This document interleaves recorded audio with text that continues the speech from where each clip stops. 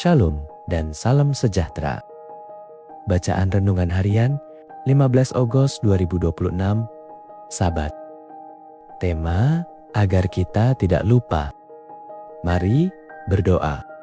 Bapa Surgawi, masa ini kami mahu membaca firman Tuhan. Kami memohon, biarlah kiranya Roh Kudus Bapa masuk ke dalam hati dan pikiran kami, agar kami bersedia menerima firman-Mu. Dalam nama Yesus, kami berdoa. Amin. Tajuk bacaan, Rang, Undang-Undang Hari Ahad Kebangsaan. Ayat inti, binatang kedua, itu menjalankan segala kekuasaan binatang pertama di hadapannya, dan menyuruh bumi, serta semua penghuninya, menyembah binatang yang telah sembuh daripada luka parah yang membawa maut itu. Wahyu 13 ayat 12. Titik kemuncak isu Undang-Undang Hari Ahad berlaku pada 21 Mei 1888 apabila Senator H. Blair dari New Hampshire memperkenalkan satu rang undang-undang dalam Senat Amerika Syarikat bagi memajukan pemeliharaan Hari Tuhan sebagai hari ibadah agama.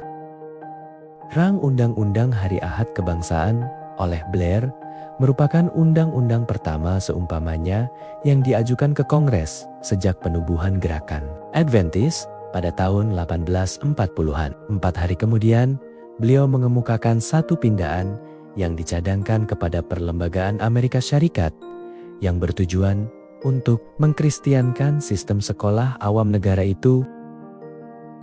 Gereja Seventh-day Adventist tidak terlepas daripada menyadari makna nubuat di sebalik rang Undang-Undang Blair tersebut. Semangat eskatologi yang dibangkitkan oleh gerakan Undang-Undang Hari Ahad menjadi salah satu faktor yang menyumbang kepada ketegangan yang meningkat dalam tempo. Menjelang sesi General Conference tahun 1888, krisis eskatologi itu telah mewujudkan suasana emosi yang berhubungan langsung dengan dua isu lain yang akan timbul dalam persidangan di Minneapolis. Isu pertama berkaitan dengan pentafsiran nubuat, terutamanya dalam kitab Daniel. Isu kedua melibatkan jenis kebenaran yang diperlukan untuk keselamatan. Isu kedua inilah yang akan membawa peranan hukum Tuhan dalam rancangan keselamatan menjadi tumpuan saat umat Adventist bergelut tentang peranannya dalam kitab Galatia.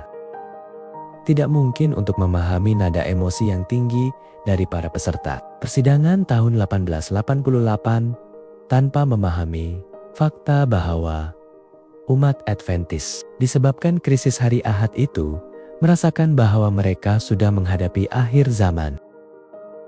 S.N. Haskell menulis tidak lama sebelum sesi itu bermula bahwa kebebasan mereka sebagai pemelihara Sabat akan segera dirampas, dan bahwa mereka mungkin akan segera memberi kesaksian mereka di pengadilan dan di penjara.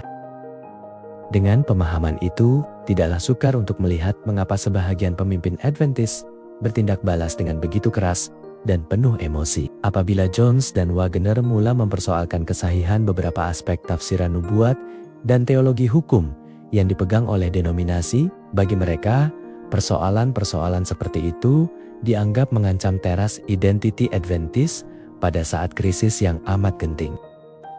Bereaksi dan bertindak balas secara keterlaluan terhadap isu seringkali saling berkaitan. Kiranya Tuhan menolong kita bukan sahaja mengetahui perbezaannya, tetapi juga mengamalkan cara yang lebih sehat baik dalam kehidupan kita, di gereja maupun dalam kehidupan pribadi.